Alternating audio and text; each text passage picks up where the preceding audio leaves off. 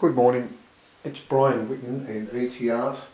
I have thought long and hard about how to do this video. I thought I'd do it in the lounge room again because, and I have thought long and hard because I'm actually sitting here trying to make a video to convince the leader of my country that that round circle there based on a rock I have under a microscope could very well be the solution for the problem that our planet has that we don't know it's got.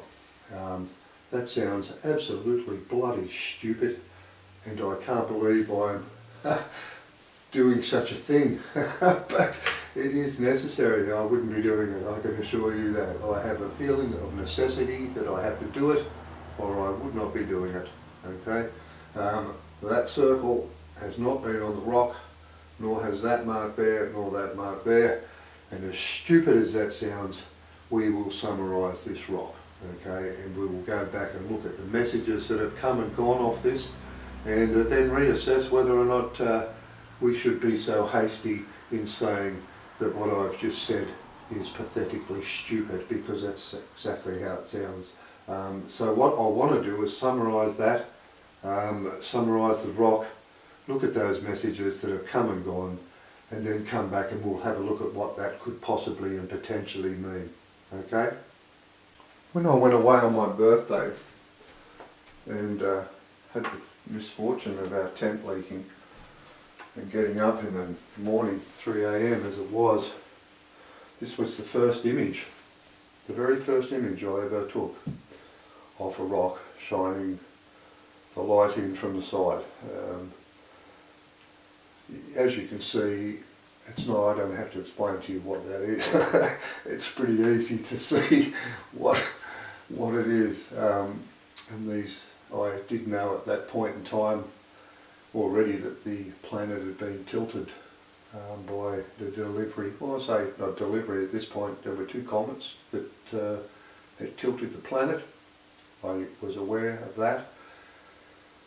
I lifted my light to try and look at some marks that were down here, and that come up, and I just sat there. You can imagine what I thought. I'd just gone, oh my God. I have, like I said, been raised as a Christian. There was a teaching we had that said the truth will be revealed by the light, or sayings of such things in the Bible. I sat there in amazement. I just thought, oh my God, I have,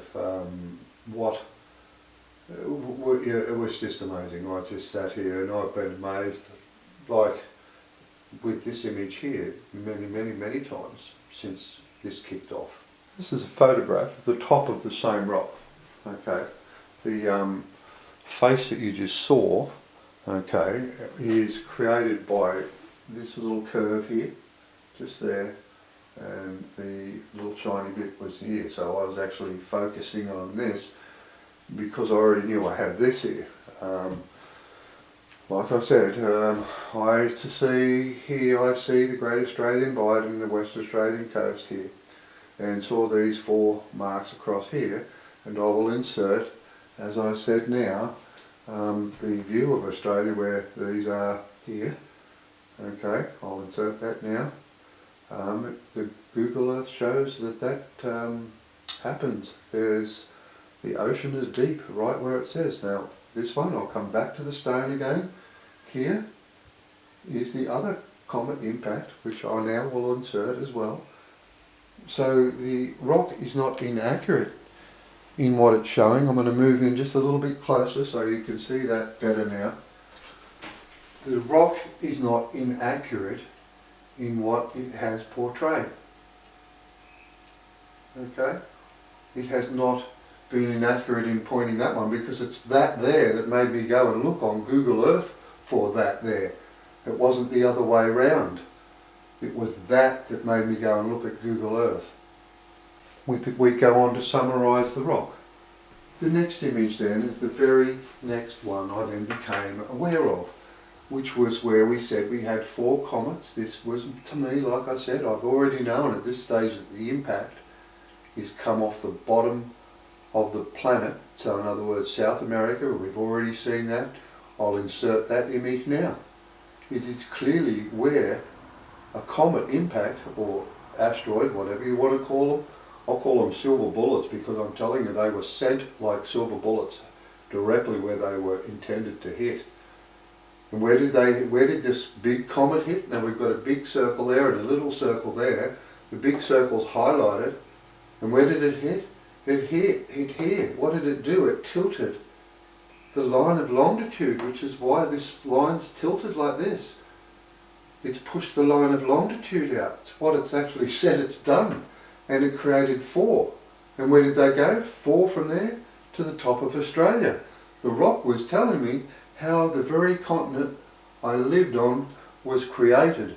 It was amazing. I'm sitting here going, my God, I cannot believe what I'm seeing, reading the information that has been left on this rock. This is in Roman numerals. This event was 6,000 years ago. How can it be Roman numerals and be 6,000 year event left here in a technology? We can't do this. This is not us. It's not God either. They're not gods. They've left this message here to tell us. They're trying to help us. Here is the very first photo I took that had Nibiru depicted, although I'm not pointing the microscope or focusing here, but it is there, and you can see that that is not a light issue that made this come or go or disappear. Now we'll go and look at this image of Nibiru clear, okay? Because like I said, the images have disappeared off this rock when I have made or learnt where we were going with the story, with the megaliths and why they were here and why they were on the planet. And then the message changed. This is what's been happening. Now this is the same part of the rock. We've had this and looked at this quite a few times, and I put this up here in yesterday's, or I should say the video I put up a couple of days ago, but I wanted to come back and summarise where we were going and why that circle was there, and this is where we've got to go. You can clearly see all these marks here. And I've shown you that I cannot mark this. If I hold a thin line marker in here, it's about this wide on this picture. There's a man standing here. There's Nibiru here. It's got a round red circle in the middle here with another one going around the outside. Okay, it's not real clear. I'll zoom in a minute, but I just wanted to stay out here, point it all out to you. There's a thing zoomed down in the middle here, and these things flying off like this. It was actually this thing flying off like this, okay?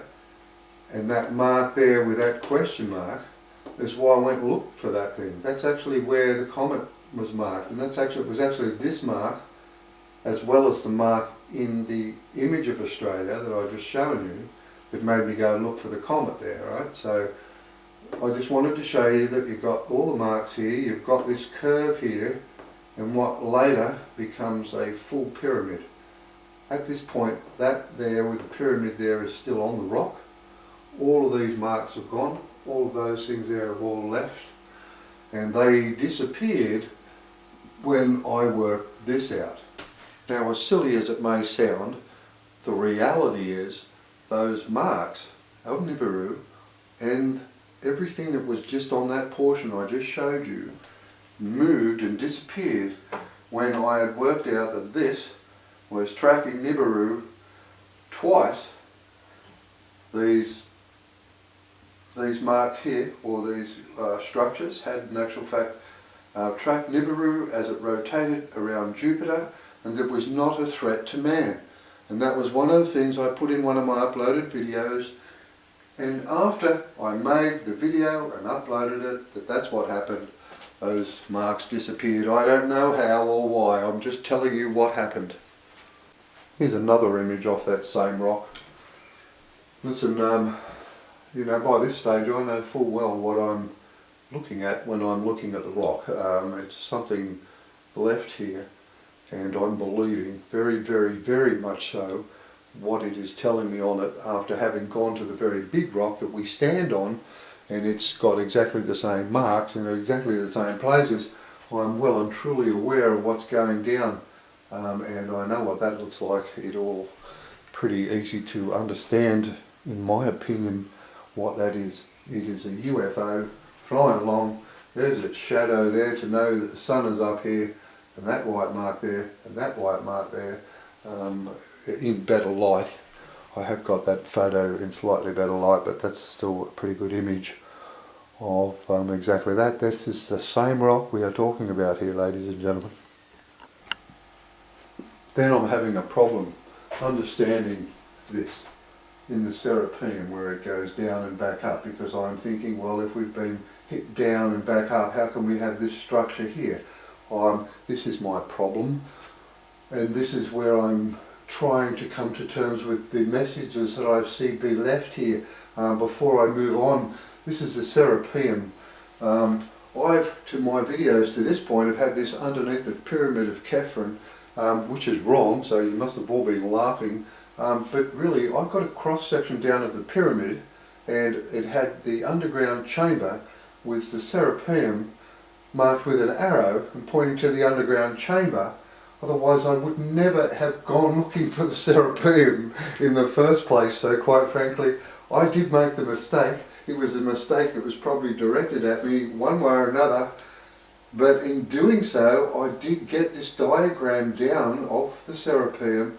The Serapeum and this diagram and what it means, this could be in Egypt as it is 12 kilometres southeast of the Pyramid of Khephren, 12 kilometres for a very good reason, and southeast because it's probably reflecting that very angle. But it could be there, or it could be in Peru, or this could be in my backyard. I will not be wrong in what it means. These angles or distances here are a ratio of exactly the subterranean chamber underneath the Pyramid of Khephren, as they are exactly as the Pyramid of the Moon in the Pyramid of the Sun, and so on, and as well as a dozen other different megalithic sites around the world, are exactly why that ratio is there, because it is extremely important. It means when we move from 24 degrees to 8 degrees, it takes 150 years, and we are met with very, very dire consequences. But in my understanding or not understanding of this, what does the rock do? I put up a video, and I really did think hard about doing a rock called a programmable rock video and putting it up on social media. I'm not in the habit of making a fool of myself. But nonetheless, I'm met with what I have. What do we see here? I couldn't understand this. So what does a rock do? In the middle of me making that video, it does this. Now I know I've shown you this before, but this is the same rock. It's doing the same thing here. It has got a message, and we watch what it does, and it comes up. I've turned the volume down. It is the same rock that we've just seen all those things. We've seen where the comets land. Look what happens. I walk away, and this thing, this line comes back up again. It's not me doing it. It's not just this line either. Watch this line over here come back in again. There's that line, and this is giving me the half loop, telling me it's a half loop brain that only does a half a cycle brain. And where? The pyramid here. A line coming in. Both of them came in. It's just amazing. And like I said, you could sit there and say, Brian, it's a bloody rock. Yep, it's a rock all right. It is that half loop, like that, that made me understand the Serapeum, that picture that I just showed you, and understand what it meant. What happened? As soon as I understood it, I'll show you what happened. Now I've just got that up. I haven't got it magnified at the moment, but you'll see that Saturday, May 18th at 7:58 or just 8 o'clock in the morning. It's after I've made the Unaguni monument. So I'm going to open that one first. And the marks are there. Okay? And I had said to you at the point, pipe in that monument, or I should say pipe system, you know, and I said, you know, my theory was that it just couldn't be some sort of gravity fed thing, because that's the problem, you know. But that is, you can see in the morning, and it's already before I made the other or after I made the video. So it's Saturday on May 18th, they're there, right? This is Saturday, May 18th at just 8 or another minute later. We can still see the corner of that one there. This is the one where it comes in and goes back the same way. That mark is still on the edge. So if I go from, I'll just escape out so you can see the date each time. Saturday, May 18th at 2 minutes past 8. It is, I'll just see here. You can see they're still here. Right, there's the big loop one, and here's the one that comes in and goes away again. So it's saying that the planet's, like I said, it ends up spinning around the sun in the opposite direction. That's exactly what the Serapeum says. Like I said, I'll escape out for each one so that you can see the date. Okay, so now we go to Saturday, May 18th at 1 o'clock in the afternoon, and they're gone. The only one that's there is that one there. And that was when I'd realised, and I was thinking to myself, that look, the pipe is not a pipe, it's not a pipe of water. I won't go into it just yet. Well, it is a pipe of water, but it's not the size of the pipe and how much water it's moving that is the secret. We will come on, and I'll go back to that in a minute. I just wanted to show you the sequence that the lines removed. They were there for a reason, like the other lines. I know it sounds bloody stupid and it's a goddamn rock, but that is what is happening. And these lines were gone when I put the video up and showed you what I perceived, and I started talking about this brown circle thing. Is it the solution? And then when I say that, the line goes away, just like all of the other things. I know it sounds bloody stupid.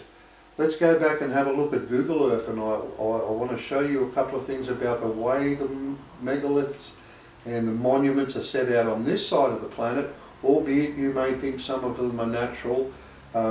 Think again, because like I said, to all intensive purposes, people told me this was natural as well, and I will leave this video when I do finish with some visuals off that, with the light being moved in a movie fashion in high quality res. So just be ready to watch that at the end. Okay, but we'll go and have a look at Google Earth, and I'll show you what I mean with the monuments.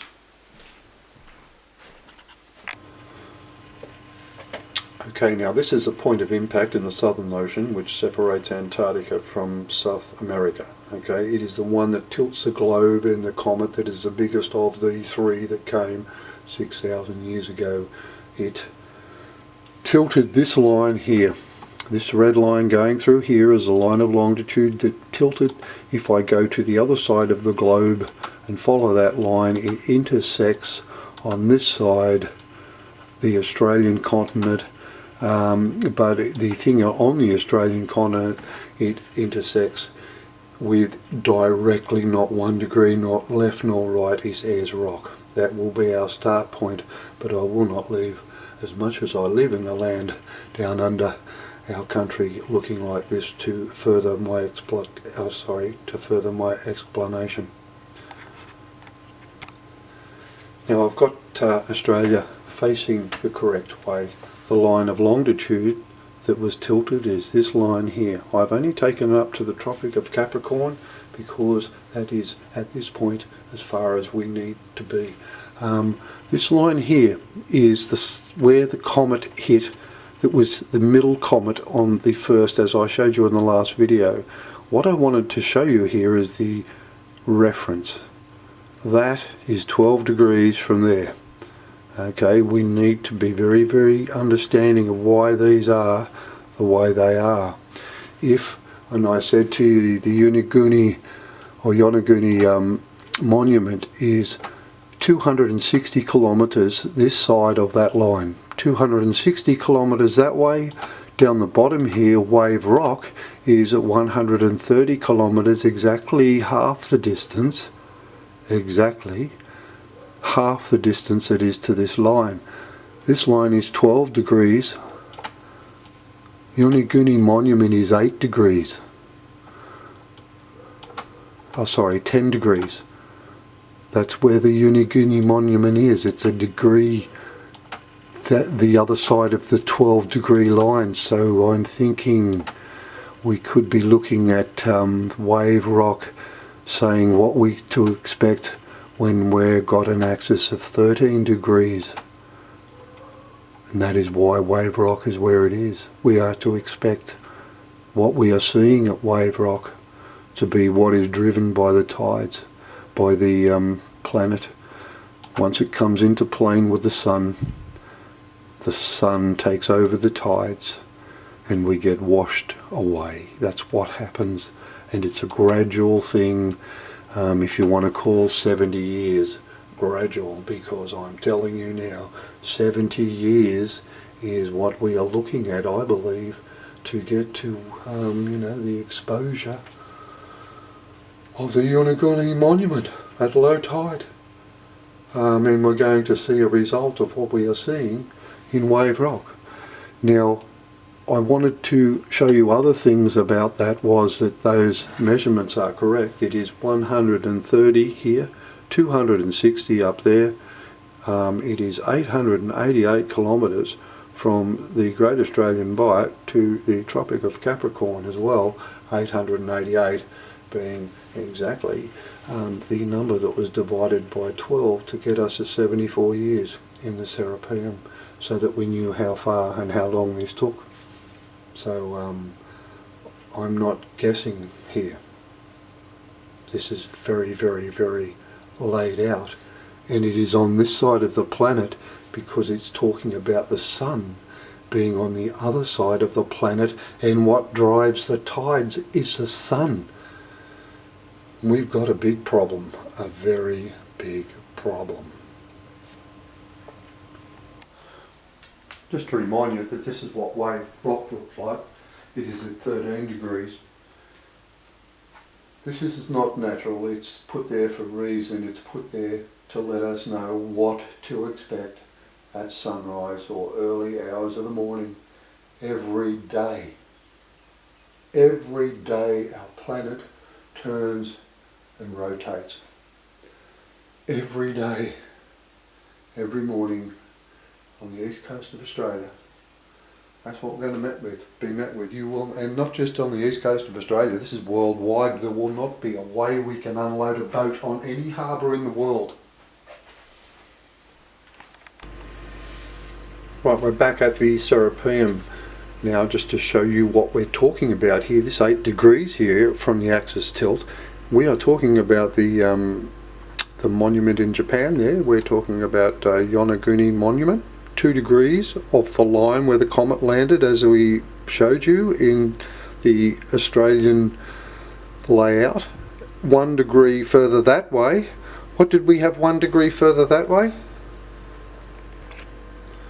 And this is what's 1 degree further away. This is what meets us. 8 degrees is the monument, 10 degrees is the comet, 11 degrees is this. You've got to be kidding. Every day driven by the sun. We can't afford not to listen. We can't afford not to watch and see and understand the message that they have left us. It is the year 2019. We must understand what has been left for us and understand what it means, because if we do not and we turn our back on these messages, it will undoubtedly mean the end of this civilization as we know it.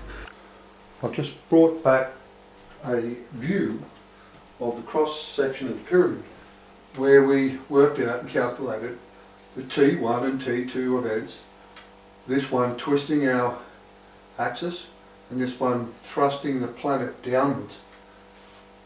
It was not just a lesson on planetary motion that we received in the way and manner the comets hit the planet. I say comets, you could say asteroids, like I said, yeah, silver bullets, because these were aimed to achieve a means. But it wasn't just the planet that we got taught a lesson of here, because do you remember they left the, I'll see if I can find it, I'll bring it back up. we'll come quickly back to this and remember that we were talking about, the lesson was not just about the planet's movement, it was about the ocean's movement as well. This is why I think the white line around the equator and the lessons here were given about the Earth's oceans because of the mass of the planet. So in other words, teaching us how the mass of the planet and the oceans acted on the mass of the planet. Once again, a thing that I would certainly point towards what I'm talking about making sense, not being something that is, totally off the planet, albeit, a lot of things here are looking off the planet. It's just the way I'm dealing with what we've got here. So I'm looking at that saying, well, okay, well, if we're going to put a pipe around the equator and run water through it, leave me a white line open at both ends, I then need to know I have to control it. It's not something I'm just going to kick off and go, and it's going to happen. It's something I need to control because of the way in which the Earth is, and we'll have a look at that. Just brought Google Earth up again just to show you that why you need control. It makes sense that if in actual fact what I just said is real and true, and there is a magnetic flux when you run water through a pipe on the equator, and it does make our planet look bigger, which is why the white line come on the rock. I mean, if that in actual fact is the case, well then it makes sense that you need the control, because you cannot, and the amount of thrust required of water through the pipe to induce the magnetic effect you get, which in actual fact, if that's actually what happens, obviously the test you would need a top pipe running east-west for starters, and a fairly decent length one would expect. But whether or not the situation here is that you're going to then have the requirement of the speed of the water at its greatest when you're sitting in the middle of the Pacific Ocean here.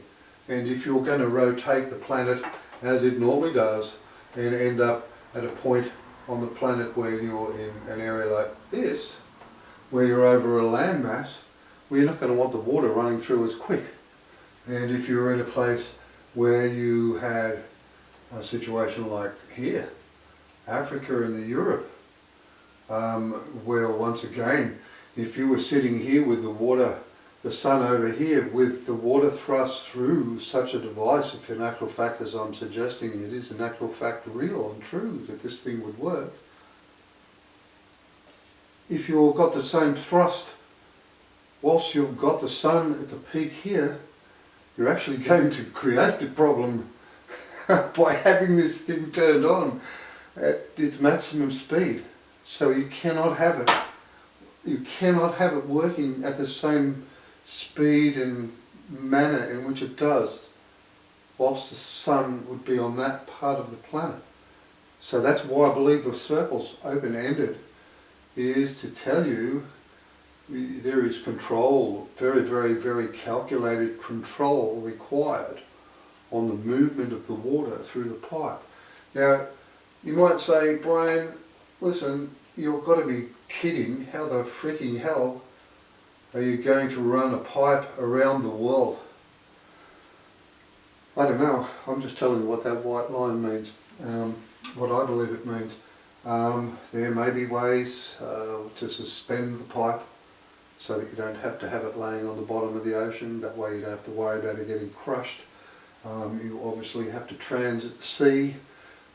We certainly can tie oil rigs down, but something of the same nature, it's going to have to pin both sides, be suspended, floated up, but suspended down at the same time, and run across. That would be the quickest, fastest way, because if what I'm saying is real and true, and we're talking 70 to 100 years away from, as I've shown you, wave rock,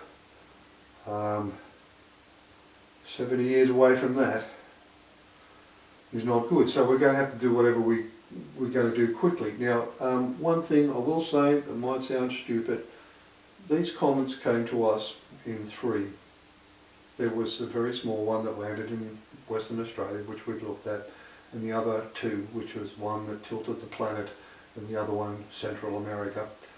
They all came in, they were all different sizes, and as silly as it may sound, if the structure we built here worked and that was what was going to happen, obviously one of them isn't enough. It doesn't go without saying. That's pretty stupid to think that you're going to do, even if you did that and it worked, then it's not going to be something you're going to trust, and whatever it is going to have to be deeper. I think in also going deeper, there also is a message there in the very size of the comets. I know it might sound bloody stupid, but maybe in the depth of the pipe comes the mass of water that has to move through the pipe. So if you were going to go down, and I would think that down the track with the technology, this could be built into the Earth's crust around the equator. Remember that the parchment is saying we've got 24,000 years without any interception here.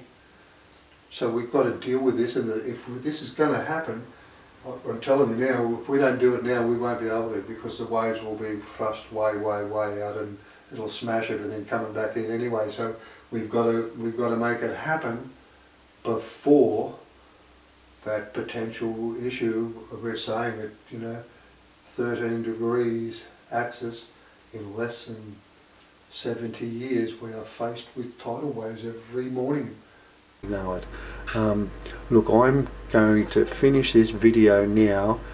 In a way, it's going to be a little bit impatient for you guys out there. I'm going to just put a video up without any noise and give you an option or an opportunity to look at the Tin Tam rock as I move the light around. You can make out of it what you want. I will go and do that, and I'll finish the video with that, because it is the same rock which we refer to now. Okay, I call this video Wow. Okay, that's the effect it had on me when I sat here and moved the light round in this one particular place on that rock. So and I do move the rock around a little bit, so like I said, if you are enjoying that sort of thing, stay with me a bit, and I'll put that in at the end here, and you can watch that. Thanks again. This is Brian Whitten, an eachpart. Like I said, I don't like to be the bringer of bad news, but I'm certainly assuring you that if we do nothing and the message that I am seeing left us is clear, failure to understand that maybe the thing is already there. Maybe we need to find it. That is also a possibility. I've looked on Google Earth, and there are things on Google Earth when you go to the equator. There are things that look exactly like that, like there is something possibly already built. We just need to put it into motion, so to speak. I don't think so though. I think we've got the duty of building 3, which is why we have 3 comets the size we did. We've got one to build very quickly, that we can run across the top of the land to do what we need to do. It needs to be done properly, because the day it breaks is the day this ends up on your doorstep. We do not want that to happen either. So if I'm correct, and there is some sort of magnetic induction through a pipe of water that rotates around the equator, that it might actually stop this coming in our door. I will leave you with those images, and once again, thanks for watching. This is Brian Whitten, an eachpart, and like I said, stay tuned for this video I call Wow.